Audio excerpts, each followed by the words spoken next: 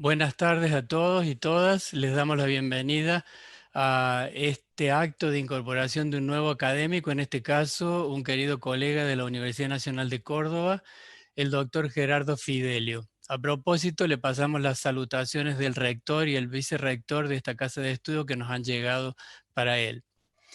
En general, este reconocimiento es por haber dedicado su vida a la ciencia, tanto en el mérito de sus antecedentes científicos y personales como por lo que ha hecho por el desarrollo de su especialidad en la Argentina. Para que ustedes sepan, siempre se nombra hay un académico que decide promover a otro. La comisión directiva elige un comité que evalúa sus antecedentes, se emite un dictamen y él mismo es posteriormente aprobado o no por el consejo directivo de la academia. En este caso estamos muy felices de tenerlo entre nosotros, sobre todo porque siempre una nueva incorporación es sangre nueva y seguro que va a mover las vibraciones de la academia. Los dejo con la presidenta Betty Caputo, que va a ser quien lo va a presentar seguidamente.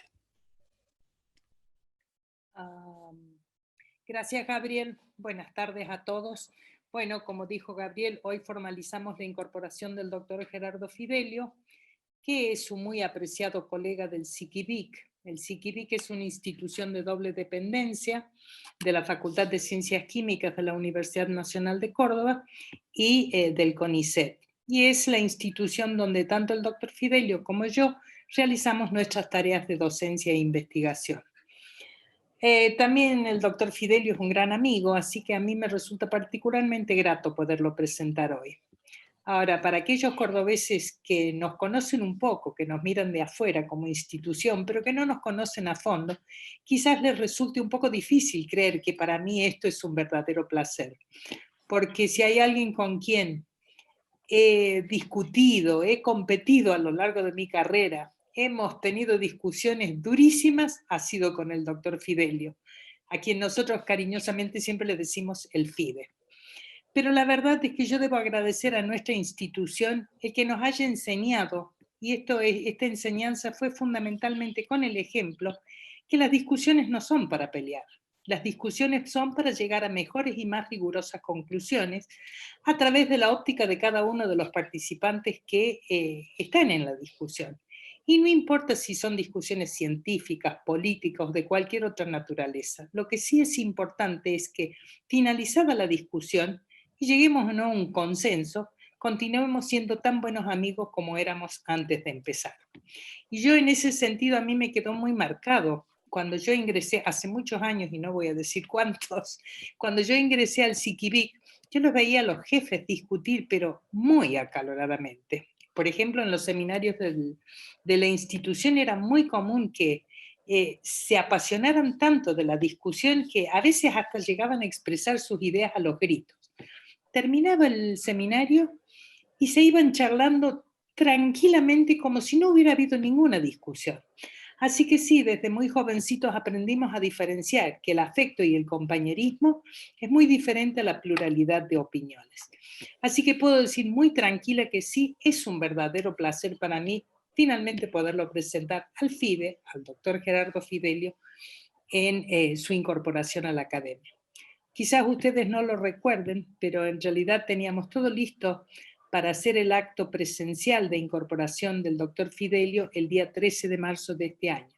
Pero bueno, como es de público conocimiento, el día 12 de marzo el doctor Tirao, que era el presidente de la academia, tuvo que resolver el cierre de la misma, por supuesto por la pandemia. Así que le agradecemos a Fidelio que haya tenido la paciencia de esperar que nos reorganizáramos y no por eso le damos una menor cordial bienvenida. Estamos muy contentos de que Gerardo se incorpore a la academia. Yo habitualmente cuando le doy la bienvenida a los nuevos académicos, les digo que bueno, los esperamos para que conozcan nuestro edificio cuando esta situación pase, etc. Pero en este caso Fidelio ha visitado la academia infinidad de veces, ha participado de muchas de sus actividades, así que solo darle la bienvenida. Bueno, vamos a charlar un poquito de Fidelio, muy cortito. Fidelio hizo una carrera científica muy destacada, yo diría brillante. Pero no solamente hizo una carrera científica, sino también hizo una muy destacada carrera política universitaria. En lo que se refiere a su carrera como investigador, yo no les voy a leer el currículum, no creo que sea necesario, pero bueno, así a modo muy resumido quiero decirles que es profesor titular plenario de la universidad, es investigador superior del CONICET, registra unas 90 publicaciones científicas en muy buenas revistas de difusión internacional y con estricto referato. Eso se evidencia en su índice H de 31, que es muy bueno para el área. Tiene unas 2.900 citas, en fin, los que les gustan la cienciometría realmente tiene valores muy destacados. Ha dirigido, codirigido 11 de tesis de doctorado, así que realmente esto nos habla de un investigador que tiene una excelente producción científica y formación de recursos humanos. Pero yo creo que hay que hacer justicia, y lo quiero hacer afirmando que además de todo esto que él puede contar como producción propia, Gerardo fue una pieza clave para el desarrollo de la biofísica en Córdoba. En sus inicios, el Departamento de Química Biológica, el SIQUIBIC, donde trabajamos, cuando yo ingresé en el año 60 y 70 y pico, 60 y pico, el departamento hacía honor a su nombre, el Departamento de Química Biológica. Prácticamente toda la investigación que allí se realizaba era en química biológica. Pero allá por el año 1975-76, el doctor Bruno Maggio, que había hecho la tesis en nuestro departamento con el doctor Kumar, había ido a hacer una estancia postdoctoral en la Universidad de Londres, en el laboratorio del doctor Lucy, y allí obtuvo un buen entrenamiento, los primeros entrenamientos que hubo en el departamento en la biofísica. Cuando llegó fue muy apoyado por el doctor Kumar, que no era un biofísico, pero que se daba cuenta de la falta de esa disciplina en Córdoba, y entonces lo ayudó y bueno, Bruno con todo su entusiasmo armó el primer equipo para estudiar monocapas de lípidos en la institución y así comenzaría el grupo de biofísica. Poco tiempo después ingresaría el primer becario de Bruno y estudiante del doctorado, que fue ni más ni menos que Gerardo Fidel. Y la verdad es que uno los veía de afuera y fueron años sumamente productivos para ese grupo tan recientemente creado de biofísica. Cuando Gerardo terminó la tesis, él también se fue al laboratorio del doctor Lucy y regresó unos años después, debe haber sido por el 86-87, ya habiendo consolidado su formación en la biofísica. Y ahí se dio una circunstancia un poco atípica para nuestro medio, y fue que Bruno, el doctor Maggio, que había sido su mentor, partió al poco tiempo que creo que fueron casi simultáneos la llegada de Gerardo y la partida de Bruno, no sé cuál fue primero, no lo recuerdo a eso, pero Bruno se fue le habían ofrecido una posición en la Universidad de Yale, así que se fue y Gerardo, recién llegado, se tuvo que hacer cargo. Por un lado de la asignatura de biofísica, que era una de las asignaturas masivas del departamento, así que le daban un trabajo bárbaro, y por el otro lado habían comprado equipos y demás, así que tuvo que reiniciar el grupo. Y realmente le fue muy bien.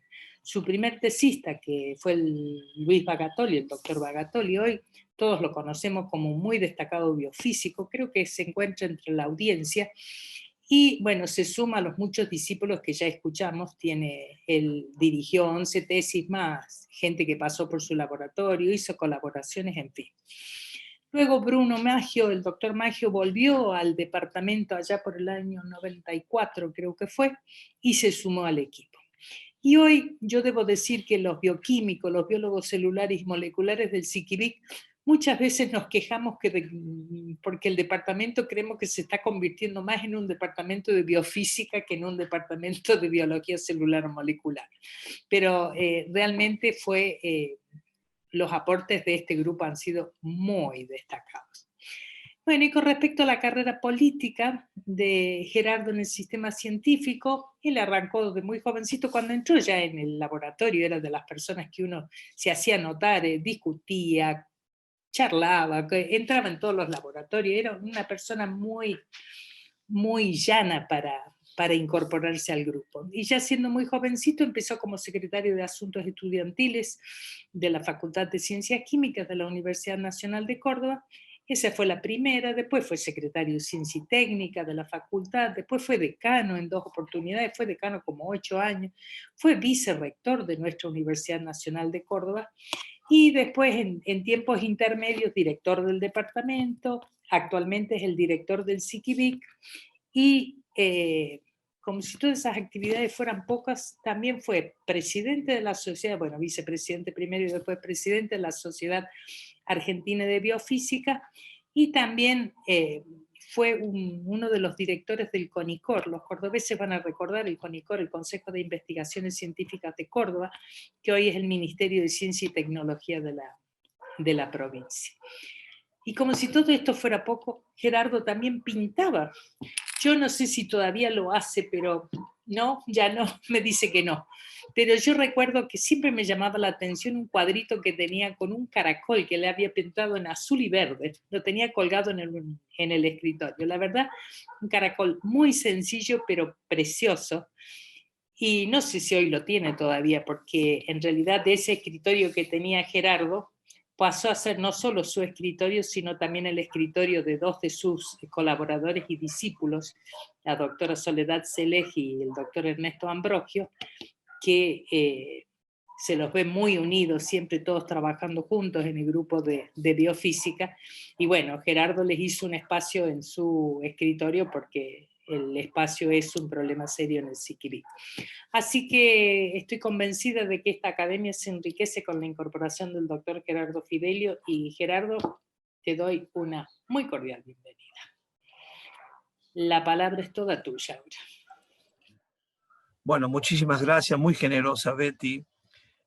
Mi primer agradecimiento es al comité que me ha galardonado con este reconocimiento a la trayectoria, y esto me produce una dosis muy alta de satisfacción en el alma, en el corazón, porque uno al final es premiado y cree que el camino hecho ha sido el correcto y que ha sido reconocido por los pares. Este reconocimiento es un gran reconocimiento de los pares, que en realidad es el mayor reconocimiento que pueden tener una persona que se dedica a la ciencia. Hecho este agradecimiento, vuelvo a reiterar mi gran agradecimiento al comité que me ha designado y me ha encomendado a formar parte de la academia fundada por más de 150 años, y en honor a una presidente mujer por primera vez dentro de 150 años. Así que muchísimas gracias, Betty, y vamos a empezar un poco. Y como esta charla es más bien una charla al reconocimiento, y es un poco el ir por los vericuetos de la historia de la actividad que uno hace, y pensando que a los 63 años que tengo, empezando por el año 75, cuando apenas tenía muy poca edad, prácticamente 2/3 del tiempo están ligadas a mi Universidad Nacional de Córdoba, a mi facultad. Por lo tanto, ha formado parte muy concreta en la formación mía, la educación pública y en la universidad, que también estoy agradecido. Pero antes de esos agradecimientos están los primerísimos agradecimientos, que es un poco el valor de los padres y a esos seres queridos que ya no están fallecidos los dos, y a su gran esfuerzo, Rosy y Pancho, que fueron mis padres, el gran esfuerzo cotidiano. Ellos son de Marco Juárez, sudeste de la provincia de Córdoba. Acuérdense que toda la gente de esa parte siempre se va a estudiar a Rosario. Yo era siempre rebelde, quise venir a Córdoba, obviamente. Y el esfuerzo cotidiano de ellos, su trabajo y dedicación para que mi hermano y yo pudiéramos estudiar en Córdoba, ha sido siempre muy valorado, y es lo que en este momento quiero expresar y enfatizar. Por supuesto, mi familia, mi esposa, que más de 40 años que estamos juntos, y a mis hijas, Paula, Lucía, Rocío y Camila, que son un poco siempre la alegría de los padres, y que todavía estoy esperando, si están escuchando, todavía estoy esperando a los nietos para que me alegren mucho más la vida. Así que a mi familia, a mi compañera Miriam y a mis hijas, muchísimas gracias por bancarme estos 40 años, Miriam, y más de 30 y pico de años mis hijas. Dicho esto, también quiero soy un producto de la educación pública, de la reforma universitaria, que sin esas ayudas yo no podría haber estudiado como mucha gente y difícilmente estaría sentado acá si no hubiese sido por el aporte de la educación pública argentina. Estas son algunas fotitos de la... Déjenme que ponga el puntero láser, que me faltaba.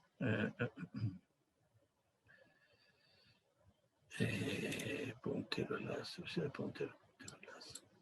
Por supuesto, mi facultad, mi universidad, el aspecto del patrimonio, declarado patrimonio internacional por la UNESCO, sus inicios, mi facultad de ciencia química y mi CIQUIVI que me han tenido cobijando todo este tiempo.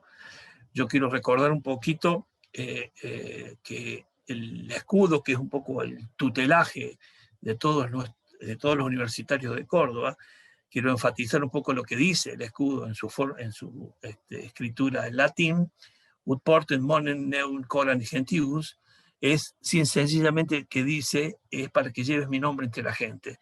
Y cada vez que damos una conferencia, hablamos y vamos recorriendo un poco distintas latitudes, contando un poco la ciencia que hacemos, siempre hay que recordar y nunca olvidar el origen de dónde venimos. Eso es siempre muy importante, no olvidar el origen de dónde venimos.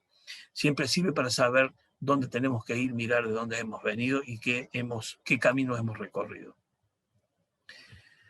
Antes de esto también, porque sé que están escuchando y forma parte también de mi reconocimiento, hay un reconocimiento muy especial a una tía muy querida que tengo, Marco Juárez, que está a punto de cumplir 90 años, y su marido fallecido, mi tío Ricardo, que ha sido siempre muy, muy, muy generosos conmigo, y a ellos también un recuerdo y un beso a mi tía, que seguramente me está escuchando. Y esto para ella tiene un valor y un significado tremendo. A ella le mando un beso. Dicho eso, también antes de hablar un poquito de mis comienzos, esas cosas, quiero hacer un recuerdo a José Luis Dañote, tristemente fallecido este año, comienzo de año, y que fue el vicedirector del CIQUIVI que me acompañaba desde octubre de 2015, Pepe, de una personalidad y una humildad y una generosidad marcada. Habíamos constituido un poco el grupo que comandaba el CIQUIVI, y que quiero hacer una memoria de él, porque al comienzo de mi titularidad como director, con el doctor Dañotti empezamos a tratar de gestionar la institución científica del CIQUIVI junto con el Departamento de Química Biológica, forma académica, en forma conjunta, consensuada, y haciendo énfasis en la doble dependencia que tiene en los institutos conicetianos en la Universidad Nacional de Córdoba. Entonces, de forma coordinada, y esto con Pepe lo mantuvimos rajatabla y hoy lo seguimos con quien me acompaña. Así que un recuerdo a él que me parecía que debía hacerlo porque me ha acompañado en la gestión en los últimos 4 años. Mi inicio en ciencia y el contexto, obviamente. Ingreso en ciencias químicas en el año 1975 y egreso como bioquímico en 1979. Por supuesto, en el año 1976 fue el golpe de Estado, la universidad estaba en un contexto muy complicado, época de dictadura, pero por suerte hay recuerdos de estudiantes que aún nos juntamos en la promoción 1979 y de profesores que eran muy contenedores en el contexto de esa época que era plena dictadura. Recuerdo con mucha alegría los teóricos de Macaño, los teóricos de Barra, los teóricos del doctor Liva, los teóricos de Novotny, Carlos Martín también nos dio varios teóricos en esa época. Recuerdo con mucho cariño también a algunos profesores en los seminarios de físico-química y química, como por ejemplo a Argüello, al profesor Argüello, que en esa época era muy joven y nos daban con una precisión matemática todos los seminarios que podíamos dar. Y para esa época era muy común y como una forma de contención a aquellos alumnos más inquietos, había comisiones especiales en la cual teníamos que anotarnos y una forma de ubicarnos con algunas inquietudes. Y por ejemplo, me recuerdo muy frescamente la cursada de Físico-Química 1 con la doctora Teri Basita. En esa comisión estaba Ezequiel Leiva, Carboño, Sara Palacio, Silvia Quibatinés, Gloria Iranzo, Raúl Tacone, Raúl Carboño, no sé si me olvidé nombrarlo, y ahí estábamos, y muchos de ellos, si no la mayoría, terminó siendo profesores y destacados investigadores de la facultad. A ello y a ese recuerdo también valoro muchísimo. Ya un poco entrando en mis inquietudes personales, yo recuerdo, pero muy bien, que cursando Biología General, doctor Panceta, que era profe del Departamento de Química Biológica, dando un teórico de membranas biológicas, daba como novedad y llevó y hizo un resumen del famoso paper de Singer y Nicholson del Science de 1972, donde proponían el modelo mosaico fluido de membranas biológicas. Escribió la cita en la pizarra, yo la anoté, me fui a la biblioteca, saqué, fue mi primer reprint en inglés que pude leer, o que intenté leer, que me llevó casi un mes. En ese primer paper que traté de entender, fue mi primer acercamiento a las membranas biológicas, y un modelo muy sencillo, donde proponía un ensamble no covalente de lípidos y proteínas en un sistema bidimensional de líquidos, y a mí, que me gustaba un poco más, tenía algunos aspectos vinculados con la cuestión físico-química y algunas cuestiones de la termodinámica, me impactó la sencillez. Después de eso, mi interés por hacer investigación, fui al Departamento de Química Biológica en el año 78, por supuesto me recibe el doctor Caputo, de corbata, y educadamente me dice que aún no reunía. Señor Fidelio, sus antecedentes como alumno hasta ahora no son muy razonables, me dice, nunca excelente, la palabra excelencia en el Siquibí es muy compleja. Dice, sus antecedentes son muy razonables, pero dice, finalice su práctica hospitalaria, porque yo había cursado bioquímica, no había hecho licenciatura, y visítenos nuevamente. Hábilmente el doctor Caputo nunca cerraba la puerta, muy anglosajón, y me dice, bueno, visítenos nuevamente. Bueno, le digo, en los 6, 8 meses vuelvo a visitarlos. Bueno, entonces vuelvo en el año 1979, termino el practicanato hospitalario. Ahí recuerdo también que me tomó examen, los últimos exámenes estuve con Clelia Riera, recuerdo exactamente todavía lo que me preguntó en esos exámenes. Terminé mi carpetita de las prácticas con todo. En esa época había estado en laboratorios Wiener, con todos los análisis clínicos, hice todo acomodadito, lo presenté, mi profesor, en ese momento, que me tomó el practicanato,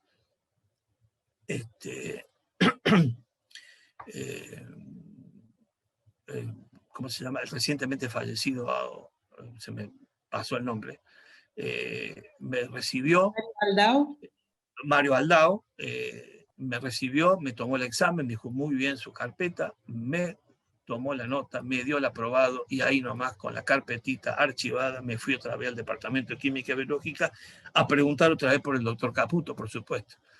Entonces el doctor Caputo, el fundador del Siquibí, el departamento en ese momento no se llamaba Siquibí, era el Departamento de Química Biológica, me dice, bueno, señor Fidelio, ahora venga a hablar con el doctor Kumar, ahora sí puede estar en condiciones de incorporarse al departamento. Me recibe el doctor Kumar, que fue mentor, como dijo bien Betty Caputo, de la línea de biofísica de membranas del Siquibic. En ese momento ya había estado de vuelta el doctor Maggio, me presenta el doctor Maggio, me dice, señor Fidelio, sus antecedentes alumnos son adecuados, promedio 830. En el grupo hemos considerado que usted realice su etapa doctoral con el doctor Maggio. Muy bien, yo lo conocía de algunos teóricos al Maggio, pero nunca había hablado con él. Entonces el día de la entrevista, que era en el comedor del Siquibic, el doctor yo había ido con corbata, claro, Caputo siempre me recibió con corbata, había ido con corbata, saco, el mismo saco y corbata de la colación de grado, y Kumar me recibió con un guardapolvo azul, sin corbata, fumando un cigarrillo, y Bruno, que vino a la charla también, dijo que lo esperaran 5 minutos, que estaba terminando una capa monomolecular y que enseguida se unía a la reunión. Bueno, entonces hablamos, el doctor Maggio, yo agradezco que haya sido mi mentor, de una calidad humana excepcional para la ciencia, de ideas muy claras, muy innovadoras, me dio toda la libertad para trabajar, y me dijo que el camino era duro y que había que trabajar con lo que había, que es un poco un legado que yo le doy a mis becarios. Entonces aparezco yo, así como una especie de director a dirigido, el primer bisnieto del doctor Caputo, así de línea sucesoria de director a dirigido. En ese momento empezamos a charlar, vuelve el modelo Singer-Nicholson, charlamos de esto, le dije que sí había leído el artículo, se sorprendieron, y dije yo que estaba enamorado un poco del modelo, pero Bruno en 5 minutos me dijo que el modelo era mucho más complejo, no era tan sencillo, que los fosfolípidos no eran los únicos lípidos, que las proteínas no eran simplemente algunas papas que flotaban en la matriz lipídica, que era mucho más complejo, y que me proponía incorporarme al departamento trabajando en interacción lípido-proteína con una técnica que se refiere a una bicapa, haciendo una monocapa, o sea, una hemicapa de estos lípidos en interfaces agua-aire. Entonces, ahí me incorporo, me dan el trabajo, un trabajo liminal en biofísica de membranas del departamento, que es Surface Behavior Glycoangiocytes and Related Glycophingolipids, que habían publicado con Maggio, Kumar y Caputo en el año 78. Ese es el segundo paper que leo dentro del contexto y empiezo a trabajar en la interacción. Mi tema de tesis, obviamente, interacción de proteínas solubles y de membrana con fosfolípido y glicofingolípido. Hay toda una conexión, que por eso empiezo un poco con esto y termino con lo más moderno o más actual que estamos haciendo. ¿Qué es lo que es una capa monomolecular? Una capa molecular consiste en hacer un film de una sustancia anfipática, que puede ser proteína, lípido, cualquier cosa anfipática que no sea soluble en agua o parcialmente soluble en agua. Entonces hay una metodología. El primer equipo de monocapa fue hecho totalmente en Córdoba por el doctor Maggio y Kumar. Se comprime, se toman lo que se llama isoterma de compresión, que grafico en esta parte del slide. Acá se toman los parámetros termodinámicos, los parámetros moleculares del área que ocupa. Esta técnica fue utilizada para medir el área molecular de un ácido graso, el área molecular de un fosfolípido, todas las áreas moleculares de los glicofingolípidos que hizo Bruno y Kumar, y con este modelo se basó en modelizar la bicapa lipídica de acuerdo un poco a las membranas y a la cantidad de lípidos que tenían los glóbulos rojos en el año, por allá por el año 50, 60.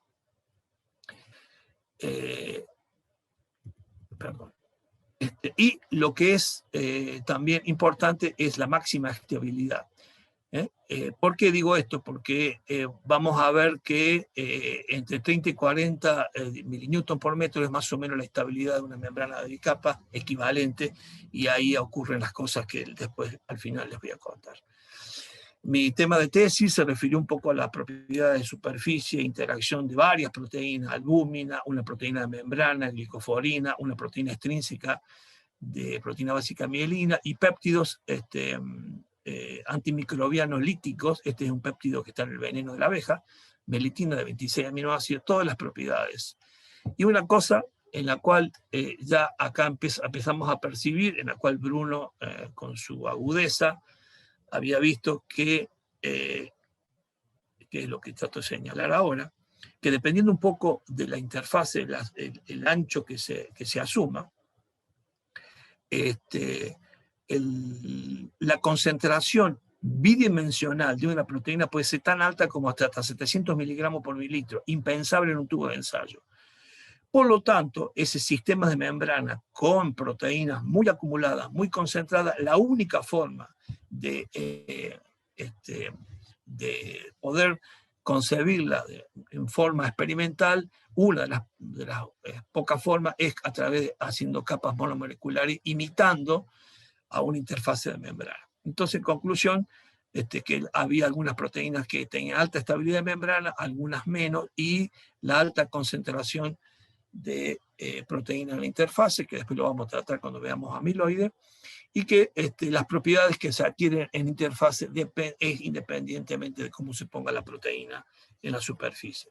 Eso hubo como 4 o 5 publicaciones. Tengo algunas fotos de esa época, el viejo equipo de capas monomolares trabajando a distintas temperaturas. Este es Bruno y conmigo en la primera presentación del póster en un congreso. El hijo de Alejandro Palladini, el que se ve acá. Una vieja foto en que estamos los 4 becarios de Bruno de ese entonces, con sus modelos moleculares, el doctor Bianco y el doctor Montich, y Bruno muy joven, ¿sí? Y acá cuando egreso como doctor, y el doctor Kumar es el que me da, tuve la suerte que sea él, que me diera el título de doctor. Después tuve una etapa postdoctoral, perdón.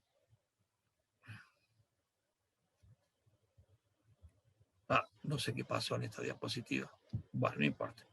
En esta etapa postdoctoral hice los estudios de secuencias de péptidos hidrofóbicos. No sé qué pasó con la diapo, la debo haber perdido. Secuencia de péptidos hidrofóbicos en interfase. La conclusión fue con Lucy Chapman, perdí la foto, no sé qué pasó. La conclusión es que estos péptidos muy hidrofóbicos se parecen a los lípidos en su comportamiento superficial, así que la conclusión después me va a servir para los temas más adelante. Eso fue en Londres, en la Universidad de Londres. Y empiezo mi etapa como director, vuelvo, entro a la carrera, Bruno se va a hacer una etapa larga en Estados Unidos, quedo con alguna responsabilidad y sigo un poco los lineamientos generales hechos por Bruno, y que mi forma de ver la función como docente investigador en un ámbito académico es la preparación de doctores. Mucho más importante es la formación de las personas que el proyecto en sí mismo. En Argentina los proyectos se construyen de acuerdo a las posibilidades que tenemos y qué reactivos tenemos y qué equipos tenemos, porque es muy difícil la pregunta en la cual porque hay que adaptarse a las condiciones que uno tiene en el laboratorio. Entonces el proceso de investigación es apenas un puntito de luz que apenas ilumina e intenta siempre marcar un caminito que ofrece algunas posibilidades para que el becario desarrolle todo su potencial creativo, y muy importante en estos tiempos, tener mucha vocación, libertad en el trabajo, dedicación, estudio, y saber que siempre los recursos serán limitados y siempre los logros vendrán por añadidura. Entonces, una de las agradecimientos que tengo que hacer es que haber tenido la suerte de haber elegido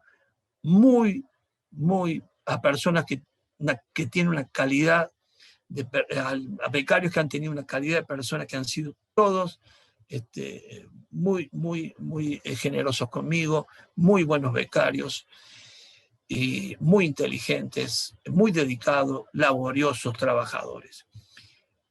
Yo no tengo más palabras de agradecimiento a todos ellos, que ofreciéndoles muy poco, entregaron mucho. Hay una cantidad de tesis conducidas antes del año 2000. Ahí está Luis Bagateri, que fue el primero, Julián Daniele, Martín González, Ricardo Madueri, Cristina Arnulfi y Michelina Pincelli. Algunos son profesores. Ricardo ya está jubilado de profesor de agronomía. Martín González trabaja en una empresa biotecnológica en Estados Unidos. Julián es director científico de un laboratorio. Luis es director ahora del INIMEC.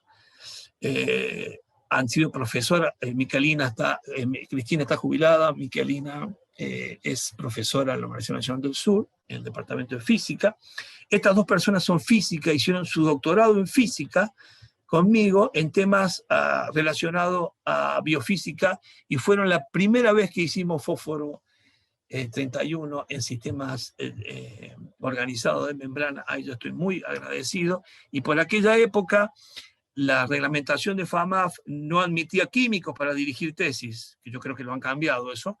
Entonces tuve que asociarme con Carlos Martín y Ramia para poder hacer la tesis y usar el equipo de NMR de 300 MHz que tenían ellos en ese momento. Así que muy agradecidos a todos, muy buena gente y muy buenos becarios. Ya en la etapa de 2000, María Soledad Selec, Ernesto Ambrosio, que son profesores del Siquivic ahora, Inés Burgo, que es investigadora en ciencias exactas, Yunes Cuartino, que trabaja en el ICITAC, Elisa Mariani, que es investigadora en agronomía, y Alain Bolaño, que es actual tesista. A ellos muy agradecidos también. Habría que agregar ahora una becaria nueva que vamos a dirigir con Ale Vilcaez, que es Natalia Martínez, que en el mismo tema que dejó póstumo el doctor Dagnotti, vamos a hacer lo mejor posible para que ese proyecto originalmente presentado por Pepe siga su curso, y esta becaria termine su tesis en esos temas propuestos hace un año por el Pepe. También he tenido direcciones de algunos postdoctorados. No soy muy amante de los postdoctorados porque considero que 2 años es muy escaso para los postdoc.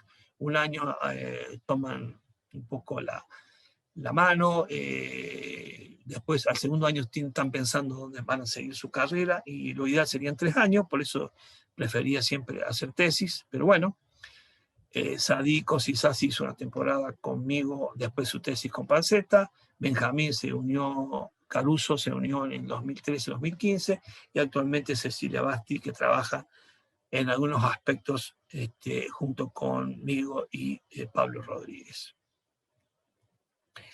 Estos son un poco lo que quiero mostrar acá, es una diapositiva de todas las personas en las cuales han firmado papers conmigo. En verdecito son los becarios, o postdoc, o pasantes en el lab. En celestito son investigadores del Siquivic. Tengo trabajo firmado con la doctora Lac, con Silvia Chivatini, con el doctor Héctor Barra Grande, padre.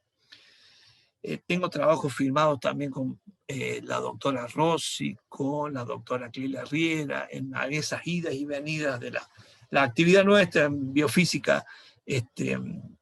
Admite ese tipo de cosas. También tengo trabajos, colaboraciones que hemos hecho con el señor decano Chabrando, con Vides, no me acuerdo a alguien más, pero bueno, con Hugo Luján, en fin. Los investigadores extranjeros están en rojito, que ha sido, toda la experimentación y toda la actividad siempre ha sido cabotaje. Hemos ido afuera y nos hemos unido con grupos para tratar de ser más competitivos, fortaleciendo un poco los lazos y tratando ya sea de adquirir reactivos o péptidos o alguna técnica o una metodología que no teníamos. A todo ello muy agradecido y mis mejores recuerdos.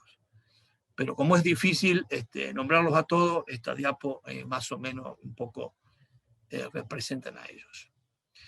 Los temas desarrollados en toda mi carrera han sido, lo pongo acá, a distintos tiempos, con distinta gente: propiedad de superficie de proteínas, interacción de proteínas con lípido y glicofingolípido, y propiedad de superficie de péptido hidrofóbico, que es la tesis y el postdoctorado. Hidratación de glicofingolípido, interacción con colesterol y efecto de ganglioso sobre el flujo de calcio en sinaptosoma y macrófaga, con Bagatoli, Arnulfi, Pincelli y Cosisasi. Cinética de fosfolipasa 2 en sistemas inmovilizados. Propiedades cinéticas de fosfolipasa 2 y sobre todo de veneno de serpiente. Y fosfolipasa C en interfaces. Identificación y clonado de fosfolipasa en venenos de yarará. Identificación y clonado de fosfolipasa 2 en soja, con Madueri, Daniele, Yunes y Mariani. estabilidad de proteínas y efecto de ligandos y cosolvente con el doctor González, Selig y Marínez Burgo. Estos son los becarios, muchos colaboradores que ya voy a nombrar. Propiedad de superficie de péptidos líticos antimicrobianos y hábitat amiloide en su interacción con lípidos, que es un poco el tema que voy a profundizar, con Ambrogio, Benjamín Caruso, actualmente Bolaño y Cecilia Basti. Este es el tema un poco que después voy a profundizar, que es el honor al título de la charla.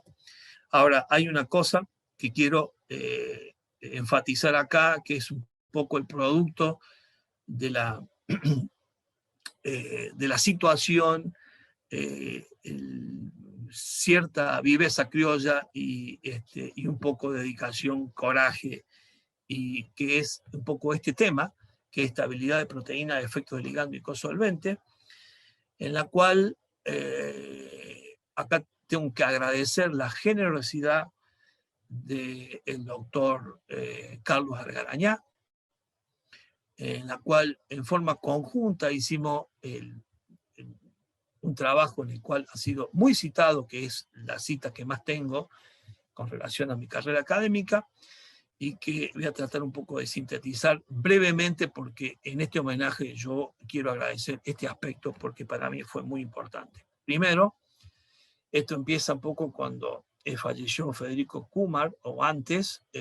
Kumar estaba muy preocupado, porque Kumar falleció en marzo del año marzo de 1994, porque habíamos adquirido cierto equipamiento de alto costo, uno un espectrofotómetro, hizo toda la tesis el doctor Bagatoli, y también muy utilizado en el Sikivic, y un calorímetro diferencial de barrido que costaba como más de $50.000, que no habíamos hecho mucho, y que por esas cuestiones que tiene Argentina llegó un poco tarde después del pedido, y Bruno había hecho toda la calorimetría del glicofingolípido con Stutterman en Estados Unidos. Entonces no era muy, digamos, competitivo hacer detalles de eso. Entonces fui a visitar a Kumar varias veces, y en la última vez que lo vi, que ya estaba bastante grave en el hospital, que lo fui a ver, estaba más preocupado por el uso del calorímetro que por su enfermedad. Entonces le dije que sí, que estábamos haciendo algo, y bueno, y por ese momento, para cambiar un poco de tema, y no cambiar el tema, sino déjenme que ponga esto para homenajear un poco a, si lo puedo, que es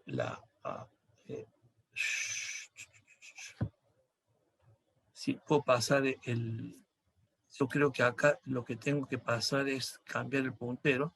Es un pequeño video donde lo muestra a Kumar.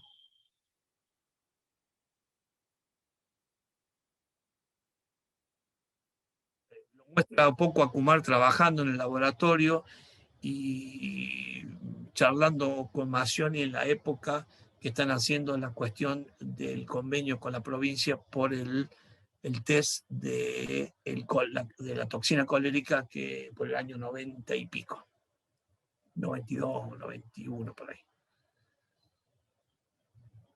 Un homenaje al doctor Kumar, que me parece que era...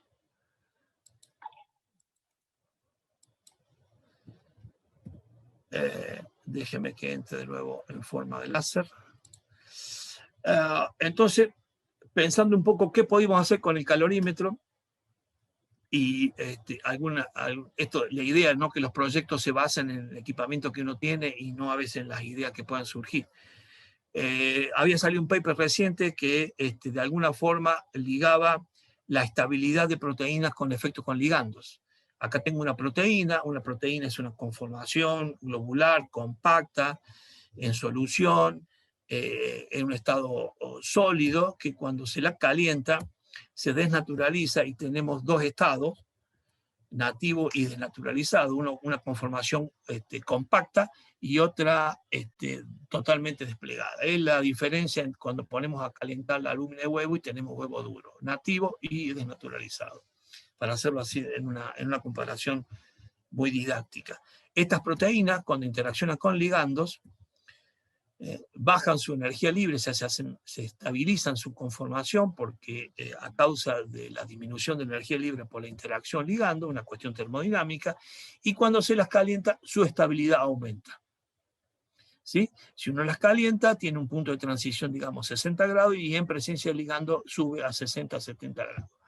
Entonces, había un paper reciente en esa época que había salido que conectaba un poco la estabilidad con la afinidad físico-química de los ligandos. Entonces lo fui a hablar a Carlos Argaraña, que ya había vuelto de Estados Unidos, y teníamos la proteína, había clonado la proteína que se llama streptavidina con Charles Cantor, le ha ido muy bien, una cuestión de punta. Se sabía que la constante de afinidad era muy alta, por 10 a la 15, que era un modelo experimental muy novedoso. Éramos los únicos que teníamos la streptavidina, era muy poca gente que tenía calorimetría. Digo, bueno, hagámoslo. Esto surgía un poco porque había experimentalmente, cuando se hacía gel de poliacrilamida y la proteína sin ligando, aparece el monómero de 14.000, y cuando tiene el ligando pegado, siempre es un tetrámero muy difícil de teñir porque se pone compacta, y la proteína conserva a 95 grados, conservaba su estructura. Era una proteína que aguantaba una temperatura muy en forma espectacular. Hicimos los primeros experimentos, que son estos, y la gran sorpresa que cuando calentaba a 100 grados y calorímetro no veía ningún pico. Este es el pico de la proteína sin ligando, que hice acá, con una temperatura de naturalización de 75 grados, y cuando metíamos el ligando nunca la veíamos, a tal punto que tuve que presurizar la celda para que el agua no hirviera, calentar más al límite del calorímetro, y apareció el pico. Es una proteína que desnaturaliza a 112 grados, una de las proteínas y uno de los complejos térmicos más potentes, más estables que se conoce, dado un poco a las interacciones de alta estabilidad y de alta afinidad química. Hicimos todo esto, en la parte estructural, algo hizo Bagatoli, le hicimos en el País Vasco. Me fui al País Vasco a medir algunas cosas. Cuando volví, mi hija Rocío no me reconoció porque justo cumplí el año, hacía 3 meses que yo estaba midiendo estas cosas en el País Vasco, pero bueno, son las cosas que uno siempre, por eso hay que agradecer mucho a la familia. Este paper lo publicamos, tiene más de 170 citas, hecho casi todo en Córdoba, idea de Córdoba, y agradezco mucho la generosidad de Larga, que sin dudarlo dispuso de la streptavidina. Ahora, eso fue año 90 y pico, ahora hay numerosos kits que se basan en la estabilidad y en la alta afinidad para los diversos kits que en la dupla avidina-streptavidina. De esto surgieron varias, esa fue la relación que tratamos de hacer entre la temperatura que tenía que tener y la constante de asociación y la conservación de ligando. Hicimos un approach teórico muy berreta, yo diría, para esa época. Esto después vino Soledad Sele, Inés Burgo y con la colaboración de Sergio Dassi, y lo super mejoraron, y de esto no voy a hablar porque no cabe ahora. Se hicieron 3 tesis, todos estos papers se publicaron a través un poco, pobre Kumar no tuvo tiempo de ver un poco el éxito del calorímetro, pero bueno, hay papers que han sido citados 172 veces, hay papers que hicimos avidina, streptavidina, después con el Larga, que fue citado 100 veces, ahí después trabajamos con la albúmina y el Suárez Select y Montis, un paper hecho totalmente en Córdoba con albúmina y un ligando que ha sido citado 140 veces, en fin, y varias asociaciones y colaboraciones. Entonces, por eso un poco el agradecimiento, y acá quiero reforzar un poco la tesis de Soledad Solek, la tesis de Inés Burgo y la gran colaboración de Sergio Dassi, que en la parte termodinámica de la cosa. Estas son las cosas grandes que tiene la asociación y la facultad, en la cual son siempre estas asociaciones sinérgicas. Hablemos un poco del Alzheimer. Esto fue un poco al final. Un poquito de historia. El Alzheimer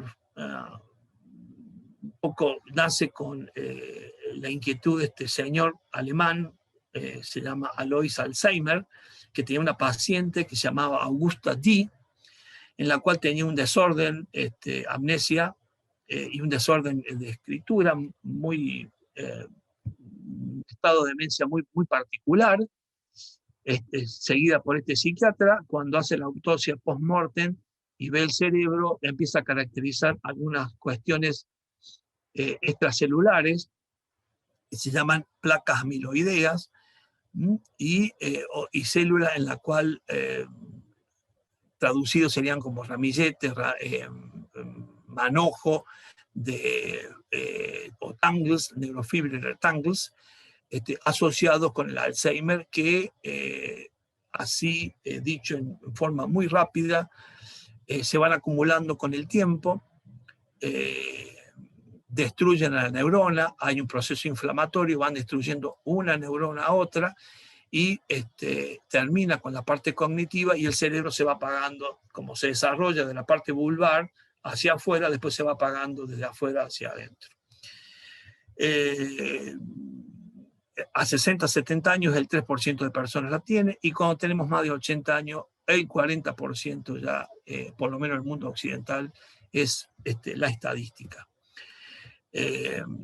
La gran tendencia mundial de esto es, primero, tener test bioquímicos que traten de predecir un poco el estado con 1 o 2 décadas de anticipación. Eso es muy difícil, todavía no es accesible. O sea, saber que ya tenemos algún deterioro antes que olvidemos el nombre de los nietos o antes que olvidemos la calle donde vivimos, ¿sí? Y un cálculo, esto hecho sacado por el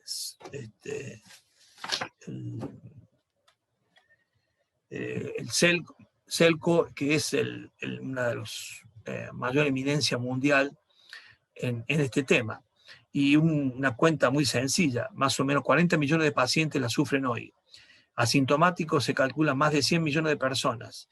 Y sería un gol farmacéutico tener un simple fármaco que eventualmente mitigue, porque hay un problema con el medical care, sobre todo en los países centrales, el cuidado de los ancianos, que tiene un costo adicional que sería mucho mejor si no tuvieran Alzheimer.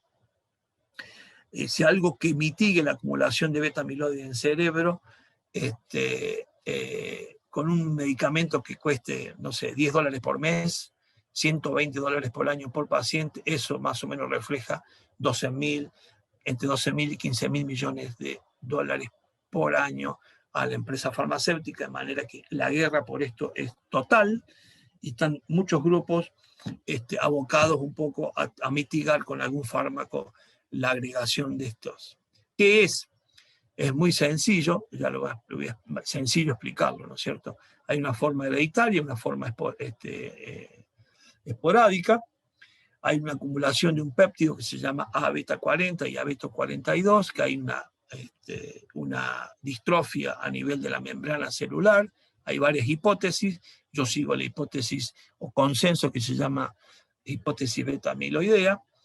Este péptido se acumula, se agrega, induce alguna ruptura de la homeostasis de la membrana o de la célula, y de alguna forma altera, se genera lo que se llama las neurofibrilar tangles, o formada por la hiperfosforilación de la tau. De esto ya habló Alejandra Alonso en una conferencia hace un par de semanas. Ella es más de la teoría de la hiperfosforilación de la tau, yo soy de la línea del beta-amiloide, y esto lleva a la destrucción, muerte celular, y se muere una célula, se muere 2, se mueren 3, se mueren más, cambian las conexiones y va irreversiblemente la demencia. Este es un poco lo que sucede. El beta-amiloide es el precursor de una proteína que se llama Amyloid Protein Precursor, APP, que no se sabe bien la función de esta proteína, se corta en la formación amiloidogénica, se corta mal, o se acumula por alguna disfunción de las enzimas que lo tienen que cortar, el beta-amiloide, que es un péptido muy hidrofóbico, que interacciona con lípidos, y ese ha sido siempre mi tema. Por eso estamos estudiando un poco eso. Entonces, este beta-amiloide teóricamente se acumula, precipita, arrastra otros componentes de membrana, y esto aparece finalmente después post-mortem. Esta es la secuencia del péptido. Se acumulan péptidos de secuencia 1,40, 1,42, son muy hidrofóbicos, prácticamente muy poco solubles en agua se agregan y son muy candidatos. A mí esta versión, me gusta más esta versión, siempre la versión más bioquímica, más biología celular, lo toman como precipitado afuera de la célula. A mí, por las características hidrofóbicas, me gusta verlo o imaginarlo que cuando se corta mal se acumula en membrana y algo pasa en la membrana, como ya voy a tratar de demostrarle o convencerlos. En este contexto hay un amigo nuestro que se llama Félix Goñi, que ya recordando un poco a la complejo que eran las membranas que decía Bruno, en el año, por ahí, por el comienzo de los años 2000, hacen una especie de un upgrade y un update del modelo viejo de Singer y Nicholson, que me había mostrado Panceta en el 77, y entonces, una de las cosas que escribe es que si las proteínas en la membrana son espacios muy densos y con importantes consecuencias fisiológicas, por dada la alta cantidad de proteínas que hay en una bicapa lipídica, y yo le agrego acá, y patológicas también, porque ya lo vamos a describir. El primer trabajo que hacemos, un poco esto pensando, es con Ernesto Ambrogio. Publicamos por primera vez la isoterma del péptido A-beta 1,42 en el año 2005, creo que es, y ya veíamos que tenía cierta estabilidad de membrana, se parece un lípido, pero no tanto. Su mezcla con lípido era muy compleja, no parecería que se mezclara bien como otros péptidos hidrofóbicos. Esto lo describimos, este paper tiene más de 100 citas, y en algunas condiciones el péptido, en ese momento no vimos fase en la interfase, ni no vimos, digamos, experimentalmente, no las investigamos. Y por ese entonces, Ambrogio y Bagatoli habían puesto en el lab una técnica que es el uso de los liposomas gigantes, que miden como 10-20 micras, unilamelares, que pueden ser cargados con un probe fluorescente para medir actividad de alteración del estado o del equilibrio homeostático de la membrana. Si ponemos, este es un ejemplo, estos son dos vesículas, una chiquitita dentro de la otra, cargada con un fluoróforo soluble. Si la pinchamos con una molécula como es un péptido antibiótico, la proteína el liposoma se vacía completamente, y esa forma de perturbación de medir membrana y ruptura de la integridad del equilibrio de la bicapa, hecha con algunos péptidos antibióticos, junto con lo que se conocía de Luis en su experiencia con los liposomas, fue publicado en 2005 con toda una serie de péptidos líticos. Este paper tiene más de 170 citas también. Agradezco a los colaboradores. Y entonces dijimos, bueno, ¿y por qué no probamos el beta-amiloide si está postulado que es una proteína tóxica de la membrana? Y así fue. Esto también lo hizo Ambrogio. Este paper citado también 100 veces. Probamos dos cosas. La actividad lítica del beta-amiloide y su capacidad de distorsionar la elasticidad de la membrana con una técnica en la cual se fabrica un liposoma, se lo chupa con una micropipeta y se ve hasta qué fuerza es capaz de aguantar cuando se la succiona, con distintos lípidos y en presencia o ausencia de la proteína. Por supuesto que el punto crítico del ISI baja, se hace mucho más como frágil la membrana en presencia del beta-amiloide, y es capaz también de liberar los componentes tanto de alto peso molecular, que acá están vistos de verde, o de bajo peso molecular en rojo, cuando en presencia del beta-amiloide. Y dijimos, bueno, el beta-amiloide es retóxico. Si está afuera y está en alguna conformación, lastima la membrana, altera la permeabilidad y puede ser el inicio o la etiología molecular, si quieren, de eso fue año 2006, quiero recalcar, porque después vamos a hablar de y ahí propusimos un poco la actividad lítica de beta-amiloide. Después quisimos ahondar más en los aspectos moleculares, hicimos estas monocapas, y esto es muy importante que lo voy a explicar en forma sencilla. Esta es la isotermia y la monocapa del beta-amiloide, esto es cuando está a este punto, y esto cuando se inicia, pero lo más importante es esto, cuando la proteína está muy concentrada, una molécula al lado del otro, con una concentración casi 0,2 molar, de aproximadamente como 500 miligramos por mililitro, la proteína no fibrila. Esto está hecho con una técnica, después lo voy a explicar un poquito más, que se llama por microscopía de ángulo de Brewster. Esto lo voy a pasar. La conclusión es que el beta-amiloide en esa estructura super beta que tiene en capas monomoleculares es un sólido, es una piedra muy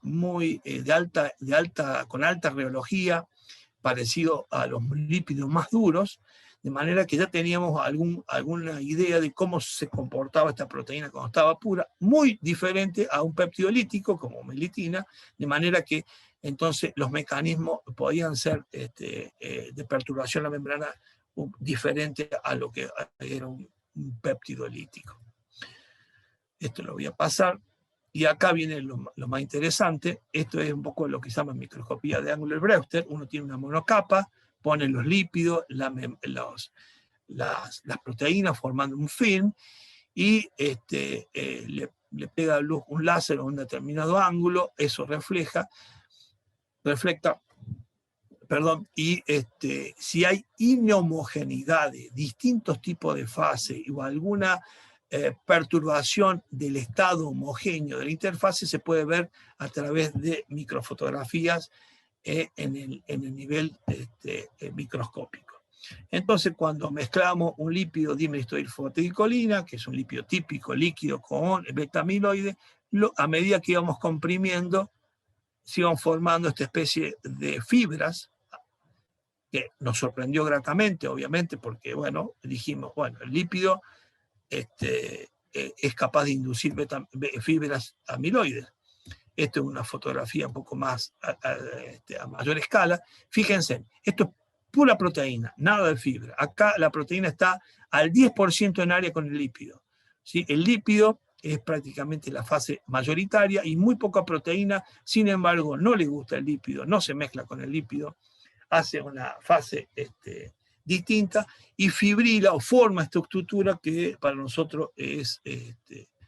Después esto lo tomó un poco a la tesis de Alain, lo hicimos con un lípido muy abundante en cerebro, que es POPC, que aumenta paradójicamente a medida que envejecemos, y obviamente vemos a unas proporciones muy bajitas de proteína estas fases inhomogéneas relacionadas con fibras de beta-amiloide, pero cuando el lípido es un lípido sólido, en la cual no es líquido, no lo hace. O sea que necesita un determinado ambiente físico-químico de interfacial para que el amiloide fibrile de esa forma. Esto fue publicado recientemente en Langmuir. Esa cantidad de fibra que se forma es dependiente de la compresión molecular. Más o menos a una presión equivalente a membrana tendríamos este comportamiento que vemos acá. Entonces nos preguntamos si los biofísicos del CQB se volvieron medio locos al considerar que condiciones de fase y un entorno mediado por interfaces lipídicas es la progresiva generación de enfermedad causada por la amiloide. ¿El Alzheimer es una proteinopatía o una lipidopatía? ¿O una modificación lenta e inexorable de la disfunción de la membrana de las neuronas con consecuencias irreversibles? ¿Es una membranopatía? Y acá esto me recordó cuando empecé a ver algunos papers que tratan estas cosas. No, en la próxima slide. Entonces dijimos, bueno, ¿qué dice la demás gente? Este es un paper, este es una especie de issue de BB-ACTA de 2019. hace el modelito, amiloide, que se solubiliza, forma la fibra y es depositada en la membrana con cambio de la homeostasis. Este es un modelo. Los modelos nuevos, claro, porque después en postmortem, cuando uno va a ver las placas amiloideas, hay beta amiloide, glicoproteína, lípidos, glicolípidos, y una serie de cosas mezcladas que es mucho más compleja. Entonces las nuevas visiones son que de alguna forma los amiloides sacan lípido de la membrana, forman algo así como corpúsculos membranolípidos o peptidolípidos, precipitan e interaccionan nuevamente con la membrana. Ese es el modelo propuesto en 2019 en un BBACT Special Issue. Me adentro un poco más al que dicen los competidores, y bueno, esto me hace acordar a un paper que hizo Bruno en el año 83, cuando que describía un poco los efectos neuroquímicos cuando hablaban de enfermedades desmineralizantes, en la época que estudiaban interacciones lípido-proteínas. Muy parecido, pero el mismo enfoque teórico o conceptual con otro, adaptado a beta-amiloide. Un paper reciente en Nature 2020 del grupo Selkoe habla del Parkinson disease, otra proteína parecida a amiloide, pero que es sinucleína, que también se agrega y es tóxica para algún tipo de neurona, y habla de proteinopathy o lipidopathy. Entonces ya no era la proteína, acá interviene la membrana. Y si ustedes ven un poco del after, dice la toxicity antes de la agregación o de la autoagregación puede ser una excesiva acumulación e interacción con la membrana promovida por algunos lípidos y ácidos grasos. Entonces ya está cambiando un poco la visión moderna de lo que es esta amiloidosis y que están más involucrados los lípidos. Más aún, en una review actual, 2 de octubre del 2020, agradezco a Marta Lá que me haya mandado el PDF de Science, donde dice, propone, este título hubiese envidiado a mí, a Bruno, a pesar de que éramos agresivos intelectualmente para poner títulos, yo no lo podía creer. Pathological phase transition, o sea, una transición de fase en sistemas densos y condensados en células, ya son consideradas algunas situaciones patológicos.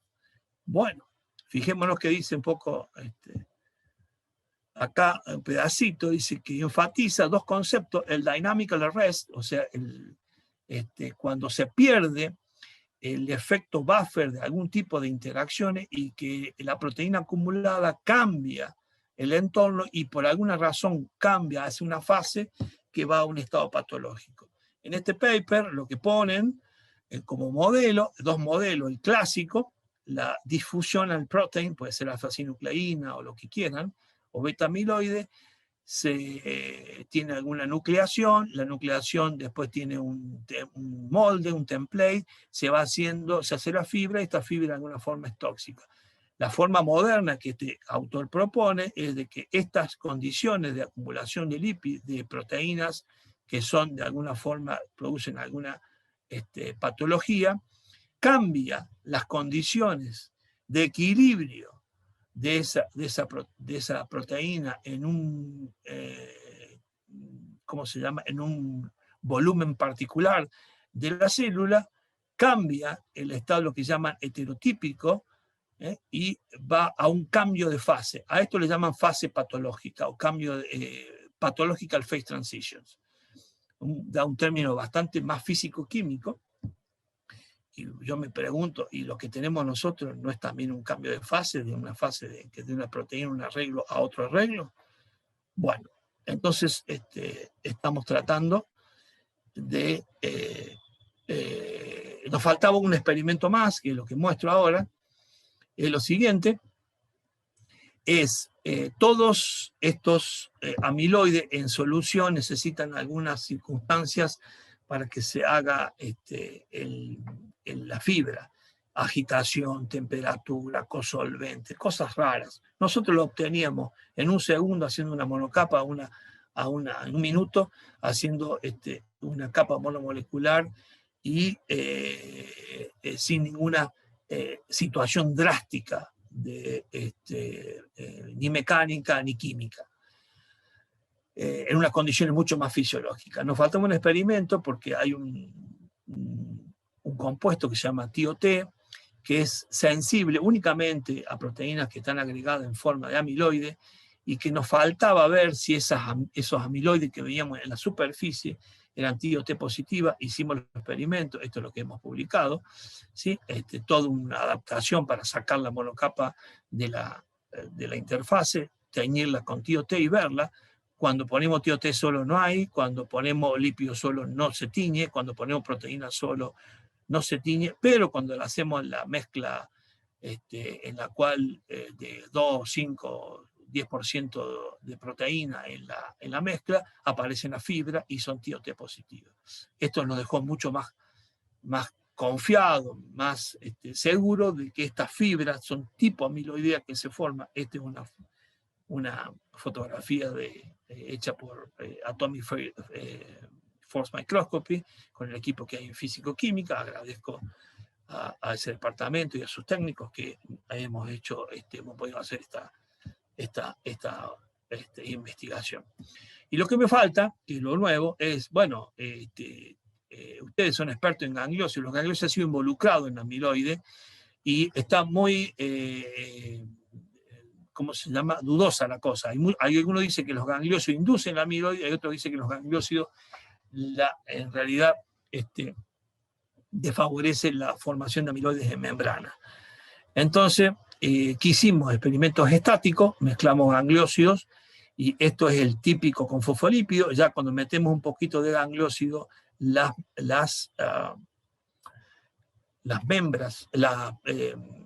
fibras tipo amiloide empiezan a desaparecer, cambian de forma, no son iguales.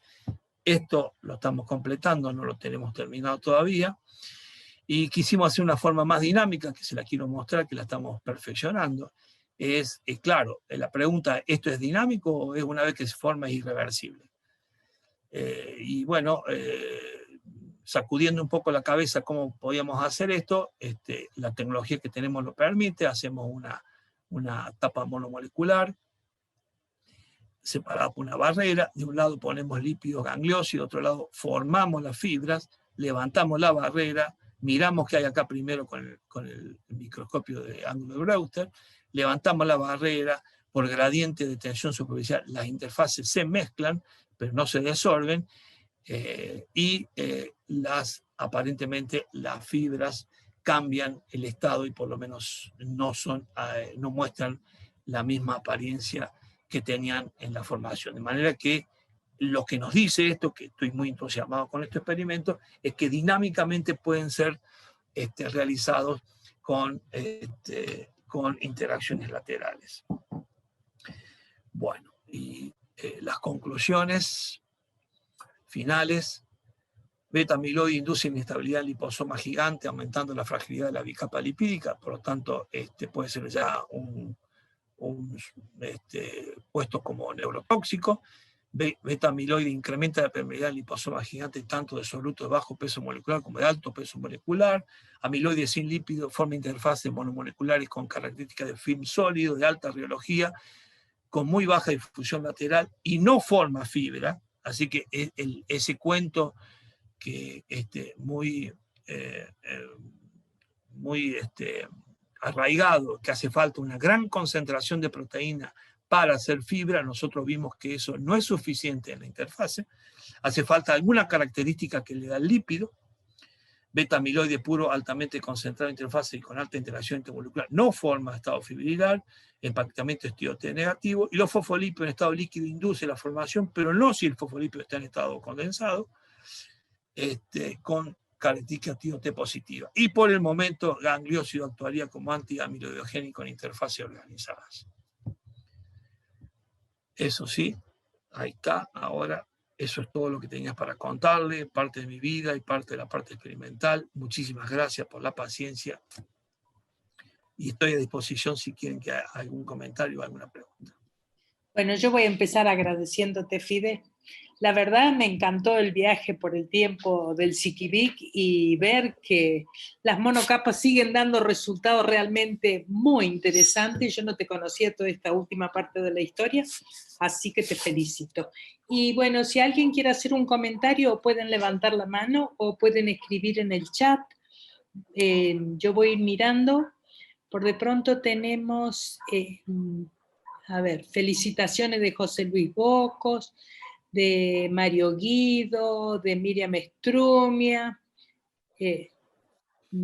Sigamos, felicitaciones de Gustavo Rivas, Daniel Wunderlin, Elisa Mariani, muchos de los que has mencionado, Pablo Rodríguez, una de tus hijas, buenas tardes, Paz, felicitaciones, Paz, de Paula, me parece hermoso.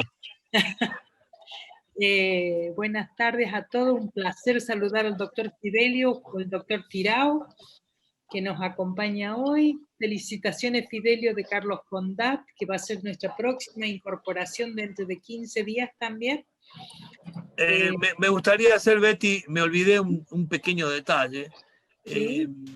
Con lo del calorímetro, quiero agradecer en la memoria de Jorge Daniel Pérez, que falleció hace muy poquito, Sí. que él recibimos un subsidio por aquella época para digitalizar todo el calorímetro y hacer toda la parte de experimentación de la estabilización de las gamas globulinas con cosolvente.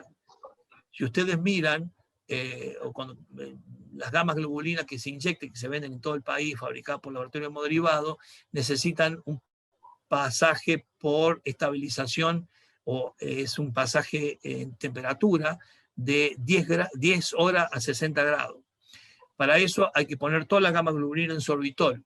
Toda la investigación básica la hicimos en el laboratorio en Siquibik, que no tuve tiempo para hacerla, fue publicada, Murature fue en el trabajo, y el subsidio especial en ese momento lo dio Jorge Pérez, que era secretario de Ciencia y Técnica en ese momento de la provincia, recientemente fallecido, una persona que he admirado mucho y he querido mucho, y un recuerdo también en memoria para él va esta charla. Muy bien. Luis Bueno, Adriano, ¿quiere decir algo? pero acá tengo una pregunta y le pasamos a Adriana enseguida, pero acá Faustino Signeris te pregunta, ¿tenías razón con las discusiones? Si tenía razón con las discusiones, Sí. qué sé yo, a veces perdía y a veces ganábamos. La visión del Bruno para aquella época era mucho más, digamos, relacionado a los enfoques de complejo de los sistemas, un enfoque un poco más biofísico, que siempre pegábamos de lleno con el concepto de especificidad, interacción ligando receptor, etc. Pero bueno, fueron fructíferos y las discusiones académicas siempre fueron muy bien vistas. Nunca el rango levantó la voz en una discusión calurosa. Siempre. Eso es cierto. Yo me acuerdo que una vez él y Barra se pelearon de una forma en el seminario, fue una de las veces que más me impactó, porque creo que fue Barra que le dijo, doctor Caputo, usted no sabe química biológica. Y discúlpenme, yo lo voy a tratar, era mi padre, así que le decía, el viejo Zappone, le dijo, no, el que no sabe química biológica es usted. Y los dos, como buenos italianos, eran los gritos, pero salieron abrazados como si nada hubiera pasado. Esto se veía en el Siquibik. A veces las discusiones eran muy fuertes, pero eran discusiones científicas, eran discusiones para llegar a conclusiones más válidas. Y si nosotros pasábamos y dábamos un seminario o ensayábamos antes de ir a un congreso y pasábamos por el filtro del Siquibik, íbamos al congreso tranquilo porque nos bombardeaban a preguntas cuando éramos jóvenes. Y realmente fue una etapa muy formativa y muy linda, porque uno aprendía a poder mantener su posición, a discutir con, por supuesto, argumentos válidos lo que quería sostener. Bueno, pero alguien quería hacer una pregunta. Sí. Ismael Bianco mandó una pregunta que me dice qué se sabe de los glicofingolípidos en Alzheimer. Si mal no recuerdo la pregunta. Bueno, no hay mucha lipidómica hecha sobre cerebros de Alzheimer. Sería una muy buena pregunta y un buen motivo de investigación con los médicos, poder hacer un poco de biopsia post-mortem, agarrar esos corpúsculos, meterlo en el masa, mirar la lipidómica y ver un poco los perfiles de lípidos que tienen y cómo es un poco, digamos, el estado final de esa. No está muy hecho eso con relación a los glicoesfingolípidos. Ni tampoco tengo algunos datos de los perfiles glicoesfingolípidos en caso de unos cerebros con cierta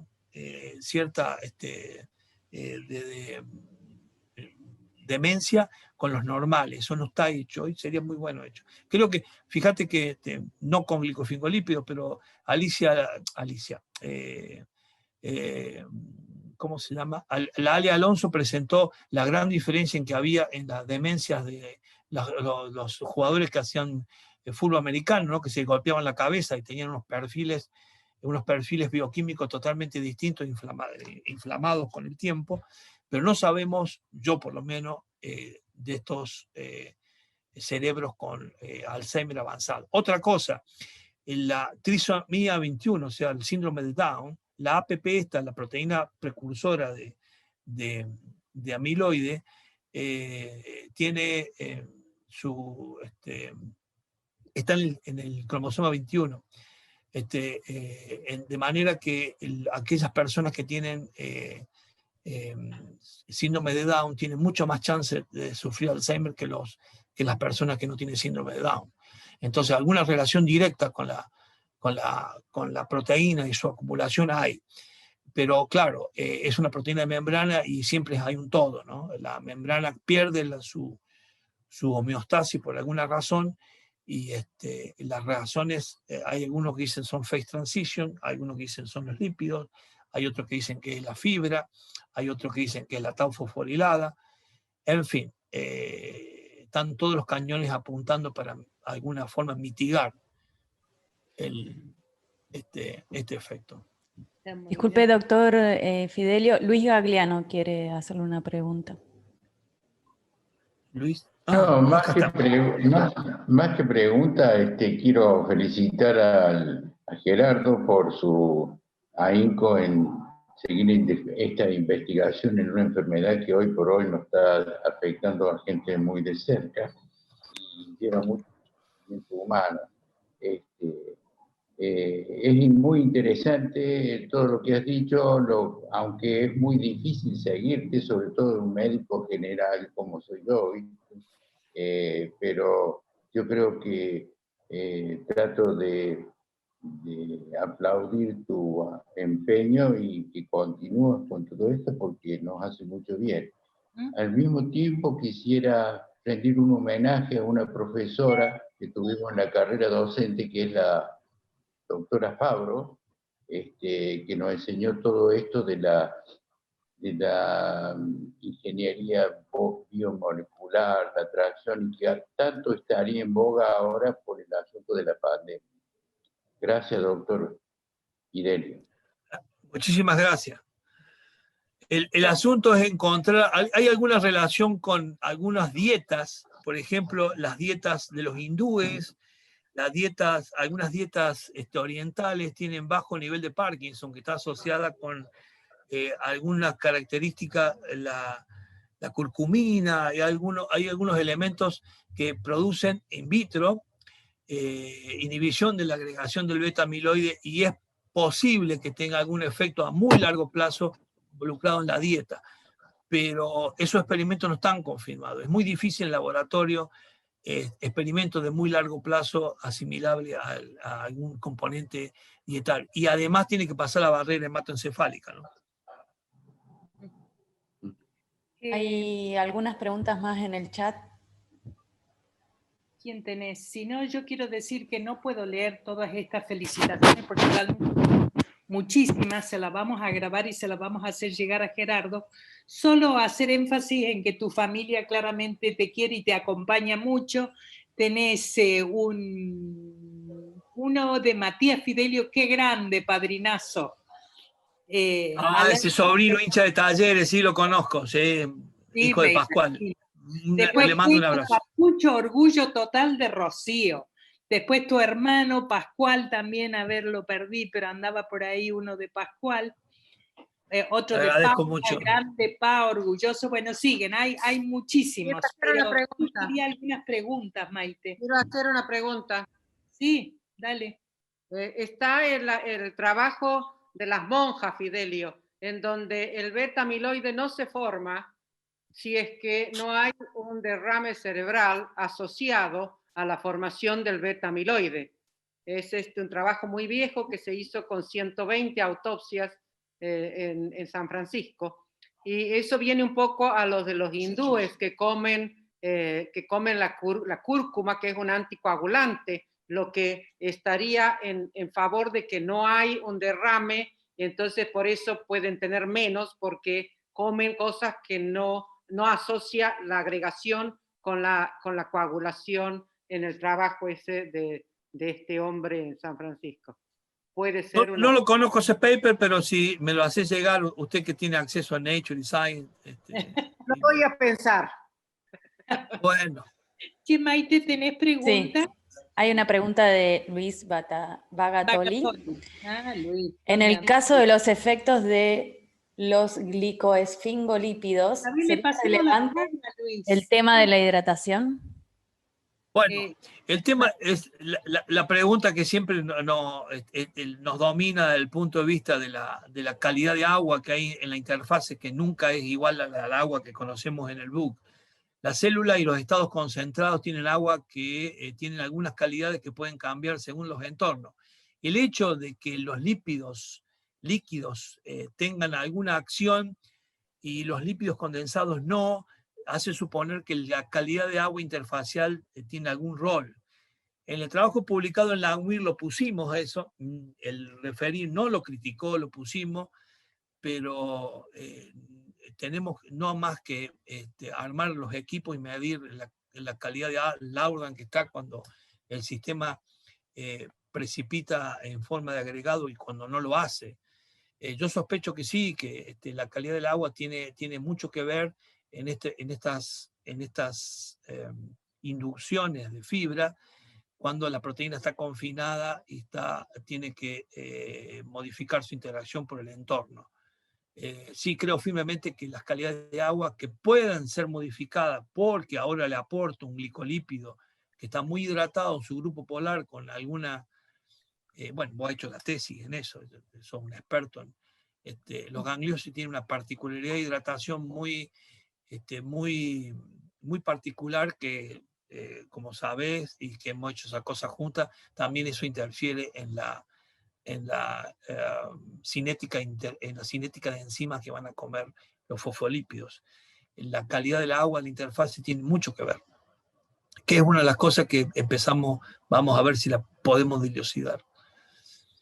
De todos modos, Luis, el paper aparecido en Science, que son más bien físico-químicos, que son de la Howard Hughes Medical School, no son chichipíos son gente muy respetable de los lugares top.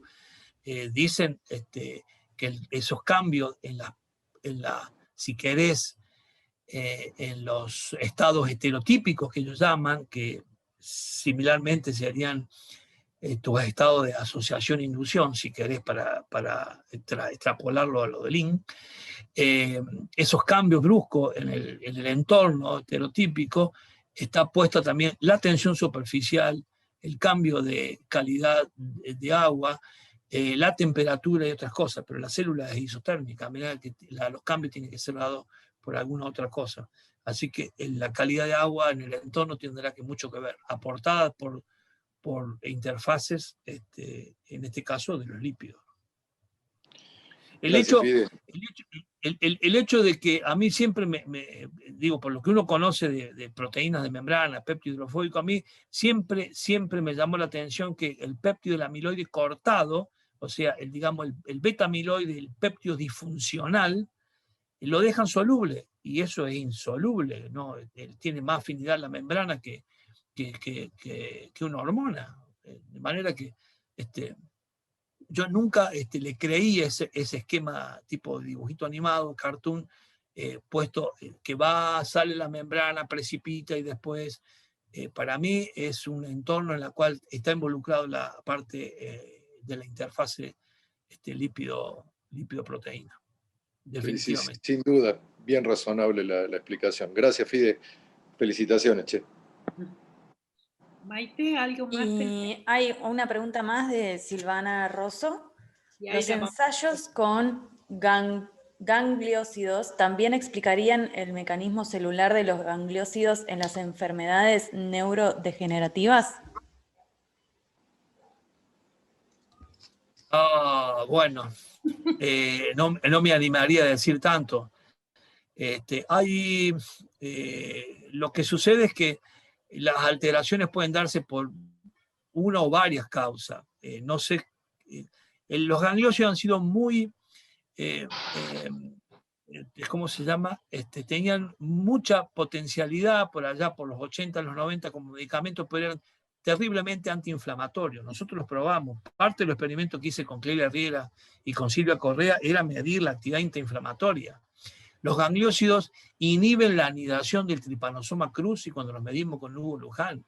¿Por qué? Porque tienen siálico y una de las enzimas de los tripanosomas, que es la transialidasa, engañaban posiblemente al tripanosoma, o sea que tenían características de ser buenos fármacos. El problema es que tienen que ser inyectables. El drama es que venían de animales, porque en la síntesis química todavía no es posible, dada la estereoisomería que tienen gangliósidos. Entonces provenían de cerebro de cerdo o cerebro bovino.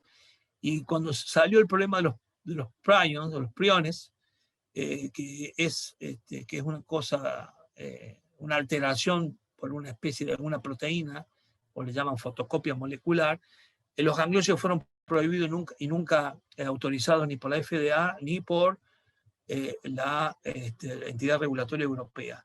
Sí sé que se venden muy bien en China y sí sé que estaban muy promisoriamente para el infarto cerebral y tenía muy buena acción. Hay el grupo de Gastón Bici que trabaja en un proyecto que hemos comenzado con Pablo Rodríguez nuevamente en laboratorio. Están probando en algunos modelos experimentales con animales que se inducen Parkinson experimental y tienen resultados promisorios. Así que alguna cuestión en el aspecto antiinflamatorio, reparador, no diría reparador, pero por lo menos antiinflamatorio, como mitigar el efecto inflamatorio, probablemente venga por ahí el efecto de gangliósido externo. El efecto de gangliósido interno está muy discutido todavía, el que está puesto naturalmente en la membrana por la síntesis bioquímica de las células, ¿no? Bueno, no hay más preguntas. No sé si le respondo a Silvana, pero me parece que la respuesta no, elegantemente es ni. Fue un no muy elegante, no sé, un muy elegante. No, está bien. Muchas gracias. Si no hay más comentarios, la verdad es que no tenemos más que agradecerte. Habitualmente procuramos hacer un aplauso comunitario si Maite nos habilita. Y todos se pueden desmutear. Todos se pueden desmutear, así lo podemos aplaudir a Fidelio, cada uno solo. Muchísimas gracias. Muchísimas gracias, son muy generosos y otra vez agradecido a la academia. Bienvenido, Fide. Felicitaciones, Fide. Abrazo. Muchísimas gracias. Felicitaciones, Fide. Grande, Fidelio. Eso, felicitaciones. Abrazo, Fide. Gerardo. Gracias, Andreita, cuñada. Grande, pa. Grande, pa. Qué bonitas. Gracias, Pau. Felicitaciones. Desde Marco Juárez, un saludo para todos y en especial para Fide. Gracias, Ivana. Un saludo a la tita. Sí, te está mirando desde la cocina ella. Orgullo, pa, te extraño. Gracias, Ro. Ya va a estar habilitado los viajes, vamos a ir al sur, no te hagas problema.